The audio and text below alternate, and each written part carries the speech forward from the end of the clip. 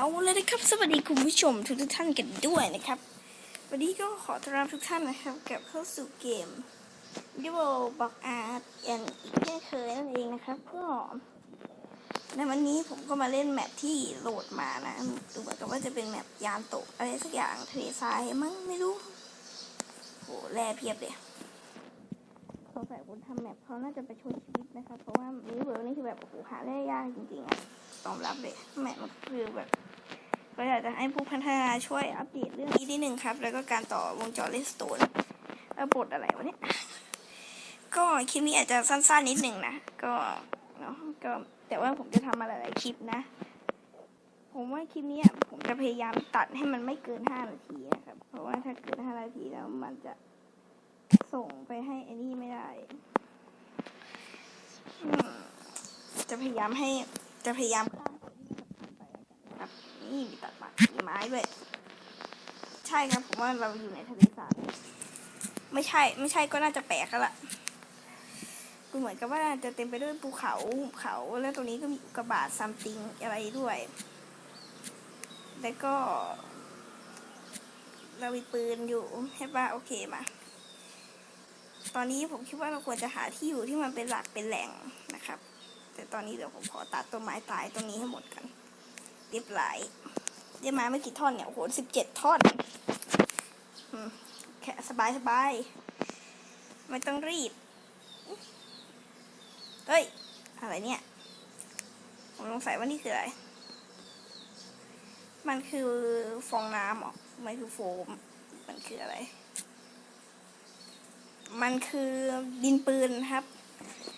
แต่สีเหลืองอย่างนี้ผมคิดว่าเขาน่าจะมีนว่ามันน่าจะเป็นไอเนี่ยเขาเรียกว่าอะไรนะกรรมฐานใช่ปะซัลเฟอร์นั่นแหละผมว่าเขาน่าจะมีเป็นซัลเฟอร์ครับเพราะว่ามันสีเหลืองแล้วมันก็ระเบิดได้ด้วยนะซัลเฟอร์กรรมฐานเนี่ยถ้าใครรู้ก็นั่นแหละโอเคครับตอนนี้เราก็อยู่ข้างล่างนะครับที่นี่ดูปลอดภัยนะเนี่ยผมว่าปลอดภัยอยู่ตอนนี้เรามีอ้อยดำอยู่นะครับเดี๋ยวตอนนี้เราจะต้องหาไอเทมหาดูก่อนว่าอะไรมีประโยชน์อะไรไม่มีประโยชน์กล้วยถูกใบกล้วยได้กล้วยมาแล้วลูกหนึ่งมาก็ยังดีกว่าไม่ได้ทักลูก2 นาทีแล้วเนี่ยก็ภารกิจก็คือเอาชีวิตรอดให้ได้นานที่สุดครับเพราะงั้นก็จะพยายามไม่ตายนะครับเดี๋ยวถ้าตายโง่เดี๋ยวคุณผู้ชมบ่นอีก ตอนนี้เดี๋ยวจะต้องปลูกให้เยอะที่สุดเท่าที่เราทำได้เลยครับเพราะว่ากันว่าอ้อยพวกนี้เนี่ยมันมีประโยชน์กับเรามากนะครับตอนนี้เนี่ยเรายังไม่ได้สำรวจดันเจียนไม่ได้สำรวจอะไรเลยตอนนี้เรามาสำรวจโอเอซิสก่อนครับโอเอซิสก็คือแหล่งน้ำกลางทะเลทรายเลยอันนี้สาระนิดนึงหรือผมควรจะเปลี่ยนชื่อช่องเป็นเพลียนเกมมิ่งดีที่แปลว่าเพลย์เรียนเล่นและเรียนรู้ก็น่าสนใจนะหรือเพลย์เกมมิ่งเพลย์เอดูเคชั่นมัวได้ใจเลย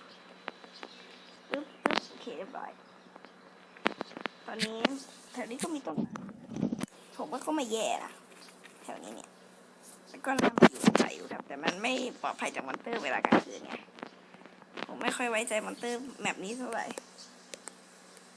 มันดูมีความน่ากลัวกับชีวิตนิดนึงก็สักนิดนึงแล้วก็แบบอย่าไว้ใจมันเลยครับปึ๊บเรียบร้อย4 นาทีแล้วเนี่ยมันใกล้จะ5 นาทีแล้วครับ5 นาทีเดี๋ยวผมจะหยุดอัดแล้วผมจะตัดไปตรงที่มันมีสาระเลยแล้วกันนะโอเคครับตรงนี้เลยแล้วกันนะแล้วเดี๋ยวเราจะตัดไปตรงนี้โอเคไหม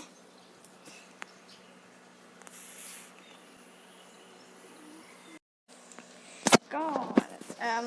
ที่ผมตัดมานี่ก็หลายคนอาจจะสงสัยว่าตะกี้ที่ผมไปทำอะไรมาบ้างนะครับก็อย่างแรกเลยนะสร้างบันไดตรงนี้ทางขึ้นลงเอานะทำทางขึ้นลงให้มันดีๆหน่อยนะครับถ้าเกิดทางขึ้นลงไม่ดีเดี๋ยวล่วงลงไปก็แอกซะทุกครั้งเลยก็ไม่ดีนะตรงนั้นมีมอนเตอร์ด้วย ผมสอยก่อนดีกว่าผมไม่อยากโดนมันสอยทีหลังโอ้ยยิงพลาดได้ไงเนี่ยบังอาจมากแกโอ้ยเฮ้ยเขาให้ฮิวเรามาด้วยเว้ยขอบคุณมากเมื่อกี้ยังไม่มีเลยมากันเพียบเลยครับน่ากลัวมากถอยออกไปเข้าใจไหมไอ้พวกนี้เราอย่าเพิ่งไปยุ่งกับมันดีกว่านะครับมันอันตรายนะครับมันเยอะแค่เห็นตัวตะกี้นี้ผมก็เครียดแล้วเนี่ยเดี๋ยวตอนนี้เดี๋ยวเราต้องมาขุดแร่กันแถวๆนี้ก่อนละกันผมคิดว่าเราน่าจะต้องใช้แร่เยอะเยี่ยมแล้วก็ในโหมดนี้มีชีวิตแค่ชีวิตเดียวนะครับคือถ้าผมตายปุ๊บก็คือผมจะแพ้เกมนี้เลยนะตอนนี้สิ่งที่เราต้องการคือเหล็กนะครับเราต้องการเหล็กโอเคเดี๋ยวตอนนี้เดี๋ยวเราจะต้องมีหนังอ่อนเดี๋ยวเราจะมาขุดแร่ที่อยู่แถวๆยานเราไปก่อนละกันนะว่าแต่เราได้หยิบแร่ออกมาจากยานหมดทุกอันหรือยังเนี่ยเราได้หยิบอะไรออกมาบ้างผมคิดว่ามันต้องมีอะไรซ่อนอยู่นี่ไงผมว่าแล้วเขาไม่สร้างไว้เล่นๆหรอกถ้าเขาสร้างไว้เล่นๆเขาจะสร้างไว้ทำไมเพราะว่าข้างในต้องมีอีกแน่เพราะว่าผมยังสำรวจไม่ครบ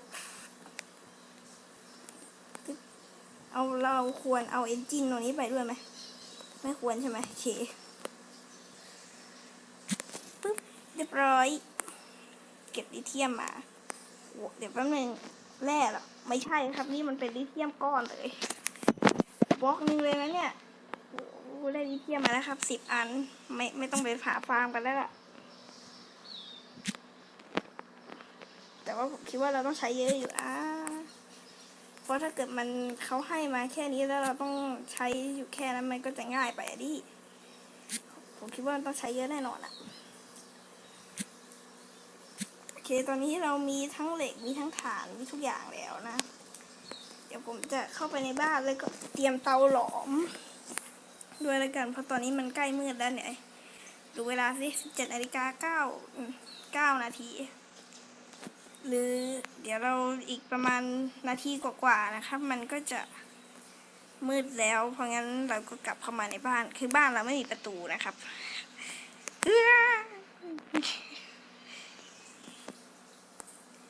มีตะบองเพชรด้วย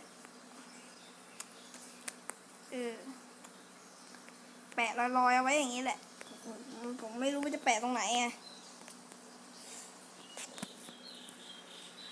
ทำไมมันไม่สแต็กกันวะ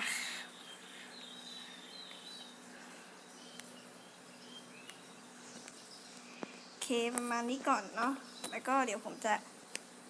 ดูซิราคาลูกกระสุนได้ด้วยโอ้แต่ว่าดีปืนไม่พอครับขุดเพิ่มจิ๊โอละดี64 นัดเลยเหรอคาร์ทีนี่ได้มา64 นัดเลยไอ้ก็ได้ยาวๆเลยล่ะคิดว่าเดี๋ยวเราจะออกไปหาไอเทมอีกสักนิดนึงนะเดี๋ยวเราจะค่อยกลับเข้ามาในบ้านของเราต่อเ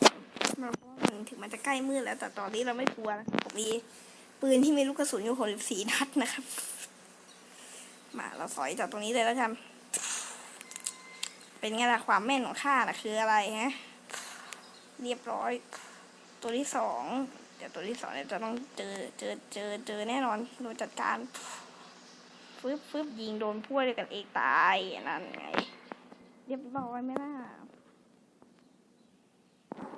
วิธีแบบวิธีกินไม่ได้โอเคช่างมัน2 นัดหยอดเลยตรงนี้ก็น่าทำเป็นบ้านนะแต่ว่าตอนนี้ขอจบคลิป